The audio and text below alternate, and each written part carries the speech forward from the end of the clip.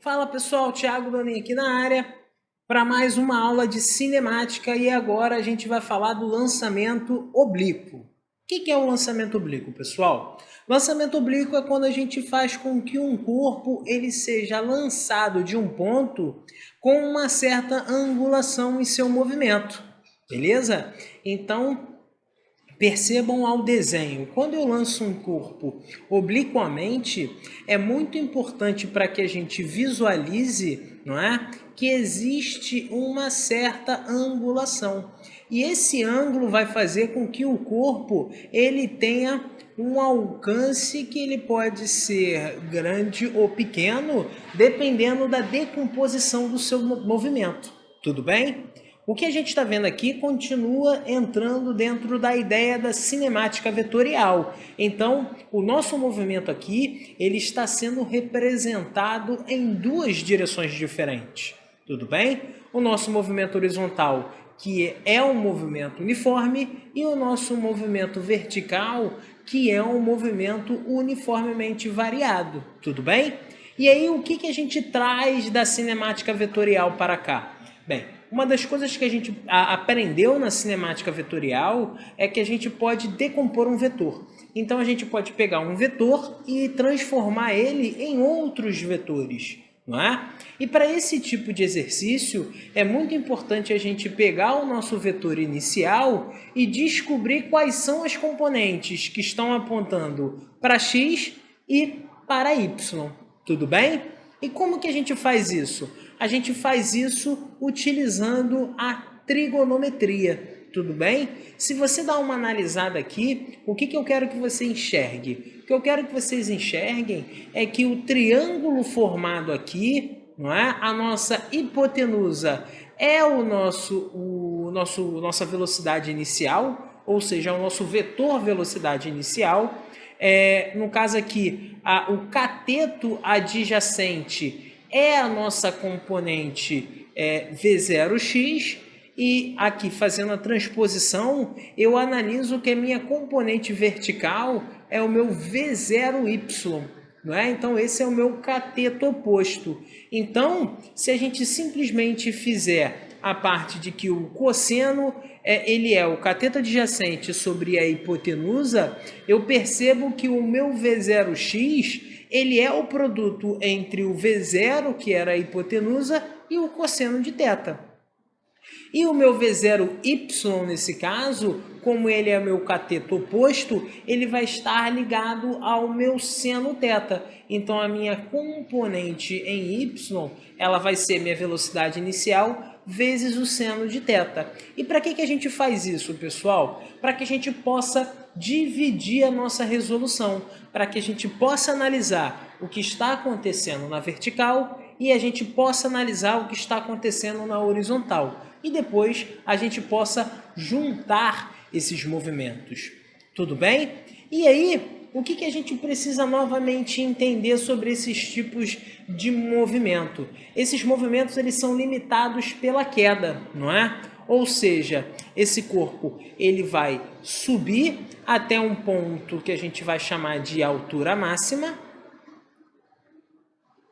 E aí, a partir do momento em que ele alcança essa altura máxima, ele começa a fazer uma queda, não é? Ou seja, esse tempo de subida e o tempo de queda é o que vai limitar o meu estudo, é o que vai limitar o meu movimento. Tudo bem? Percebam, quem é que está atrapalhando o meu movimento de subida e quem é que está ajudando o meu movimento de queda? É a minha gravidade.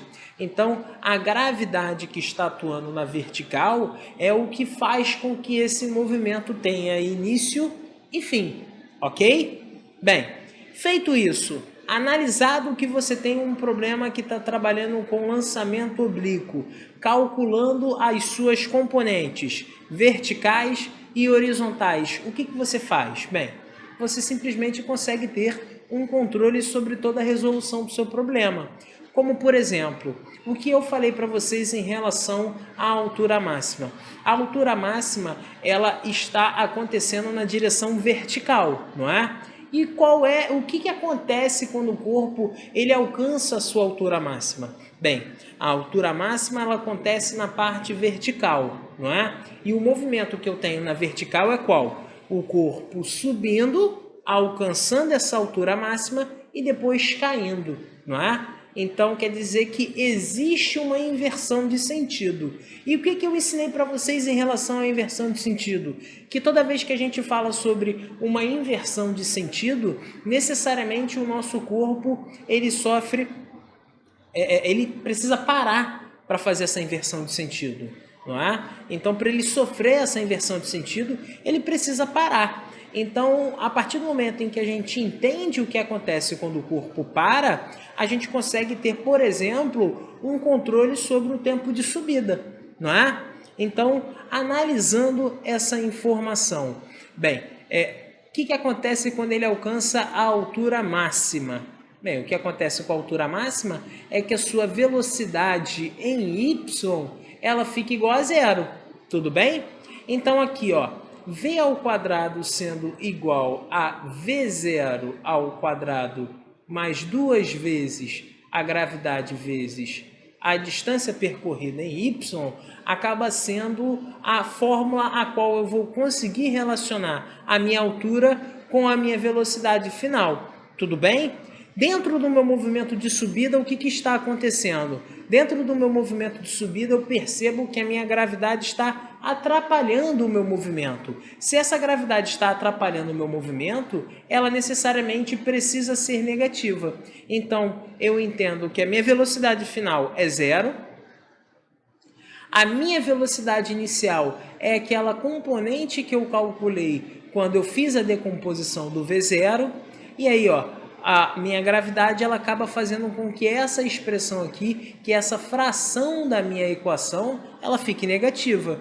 Então aqui vai ficar 2 vezes a gravidade e agora já não é mais o meu deslocamento vertical. Agora é a minha altura máxima. Ok?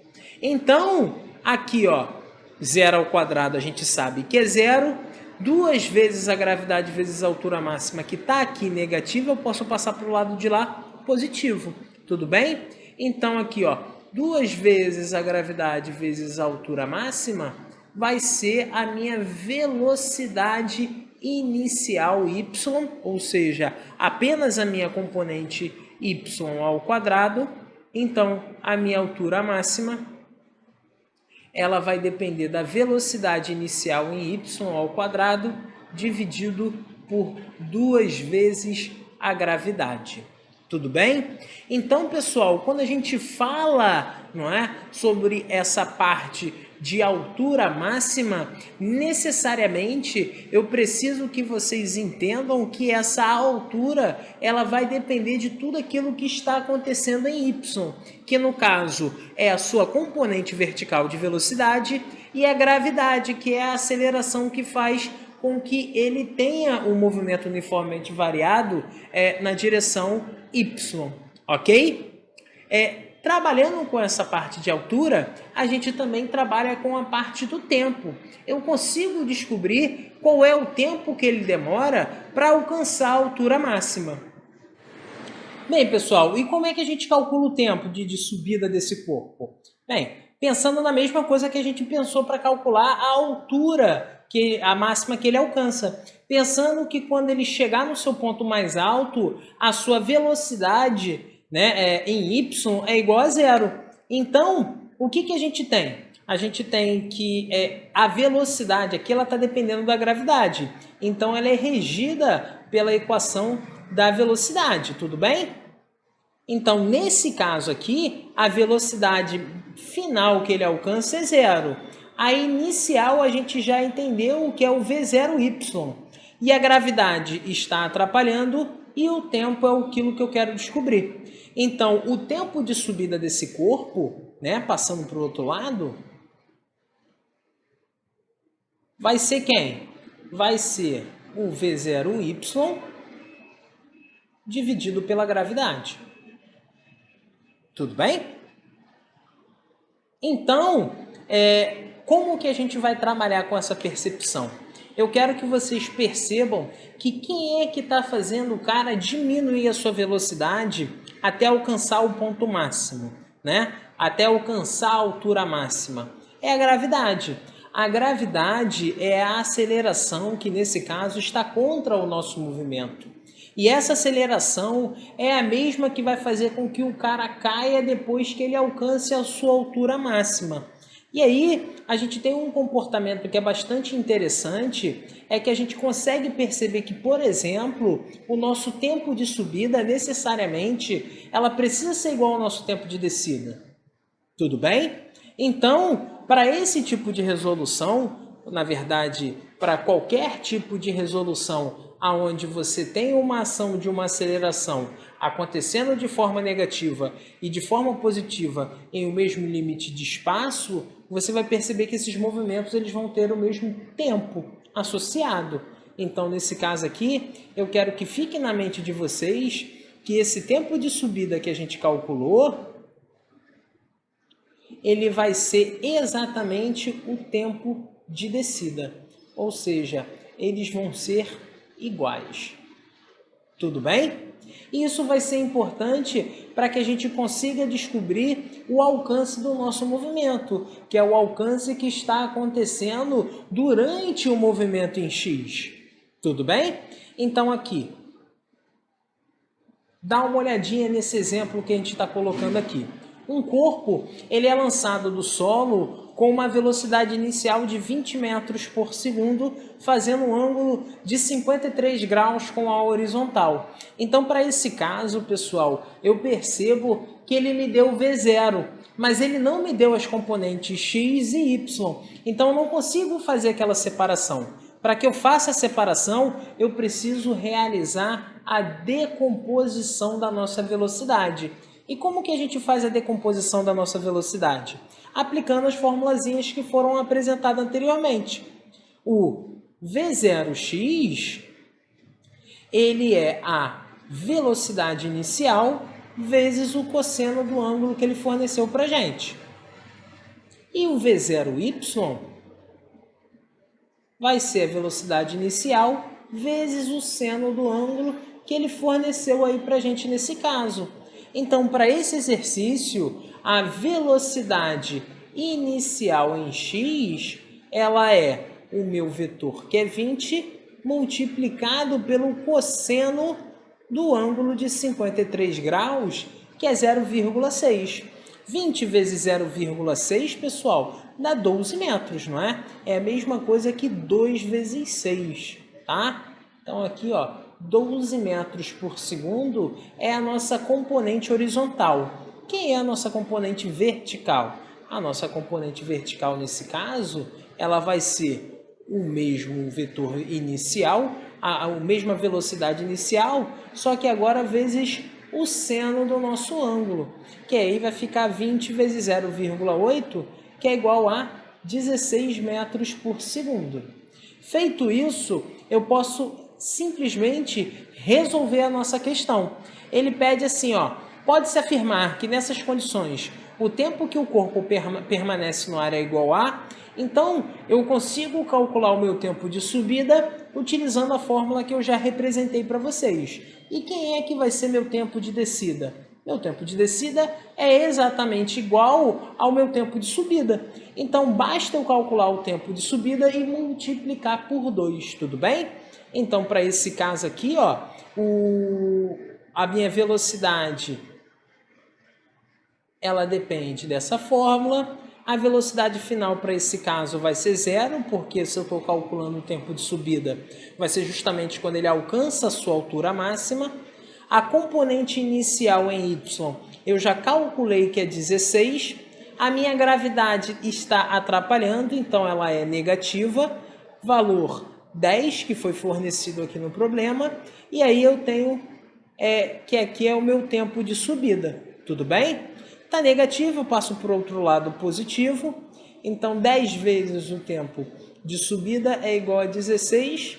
Então, eu acabei de descobrir que meu tempo de subida é 16 dividido por 10, que é igual a 1,6. Então, como o meu tempo de descida é igual ao meu tempo de subida, o meu tempo total no ar, ele vai ser o tempo de subida mais o tempo de descida. Que aí eu posso calcular fazendo o quê? Dobrando o meu tempo de subida, ok? Que vai ser, no caso, 2 vezes 1,6, ou seja, o meu tempo total, ele vai ser de 3,2 segundos. Tranquilo, pessoal? Bem, então como representamos na questão anterior, esse tempo de movimento ele acaba sendo muito importante para que a gente consiga, por exemplo, analisar o que está acontecendo na direção X, não é? Então esse tempo de movimento ele vai ser nada mais nada menos do que 2 vezes a velocidade inicial, não é? Em y, dividido pela gravidade, como a gente fez na questão anterior. Né? E trabalhando diretamente com a componente, de vez em quando em uma questão, a gente não precisa nem realizar a nossa continha de cálculo do componente. A gente já pode jogar a nossa resolução de forma direta. Tudo bem? Analise na próxima questão o que está acontecendo na direção X. Ele falou que uma bolinha de gude é atirada obliquamente a partir do solo, de modo que os componentes horizontal e vertical de sua velocidade inicial sejam 5 e 8. Ou seja, nesse caso, ele já deu quem é Vy e ele já deu quem é Vx. Tudo bem? Ou seja, a minha componente horizontal é 5 metros por segundo e a minha componente vertical ela é 8 metros por segundo. E eu não preciso de mais nada, pessoal. Analisando esse tipo de informação, na verdade, interpretando o que essas informações fornecem para a gente já tem um controle sobre praticamente tudo que está acontecendo na nossa questão, não é? Por exemplo, dando uma analisada aqui, eu consigo perceber que o meu tempo de movimento ele já está totalmente controlado. Se o meu tempo de movimento ele é 2 vezes a velocidade inicial em y dividido pela gravidade, basta eu calcular aqui que o meu tempo total ele vai ser 2 vezes o 8 dividido por 2, pela gravidade, perdão.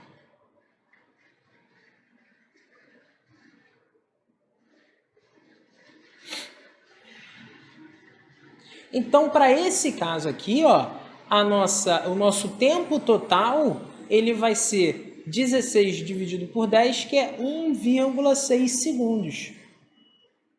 Não é? Então, esse é o nosso tempo total de movimento. E aí, o que ele quer descobrir? A bolinha ela toca o solo a uma distância x, a uma distância x do ponto a qual ela foi lançada. Gente, isso é o alcance. E o alcance, como a gente já viu, ele é a velocidade em x vezes o tempo total de movimento. Então, o nosso alcance, nesse caso, vai ser 5 vezes 1,6, ok? Que aqui vai dar exatamente 8 metros como distância total. Marcando aqui a letra B. Bem, pessoal, e essa foi a parte do lançamento oblíquo. Não se esqueçam de olhar as questões e as resoluções que nós temos na própria plataforma e bom estudo!